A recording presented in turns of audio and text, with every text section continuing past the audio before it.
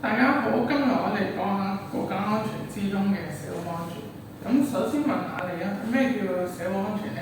社會安全係指防範、消除、控制直接威脅社會公共秩序同埋人民群眾嘅生命財產嘅治安、刑事暴力事件。咁關於社會安全方面咧，有咩挑戰同埋威脅？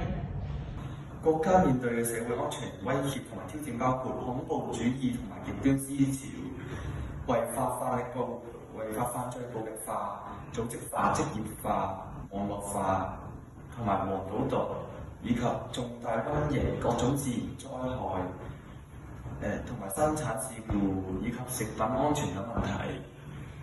對於社會安全方面咧，我哋作為香港市民應該點樣防範呢啲事情出現咧？作為香港市民喺日常嘅生活同埋工作之中，應該遵守法律，居安思危。遇到自然災害、惡劣天氣等情況，應該聽政府嘅呼籲。喺事故、災難、違法犯罪等突發公共事件中，應該確保自身嘅安全情況下，盡量見義勇為，就係支持同維護香港社會安全最直接。咁今日我哋分享就到此結束，多謝大家。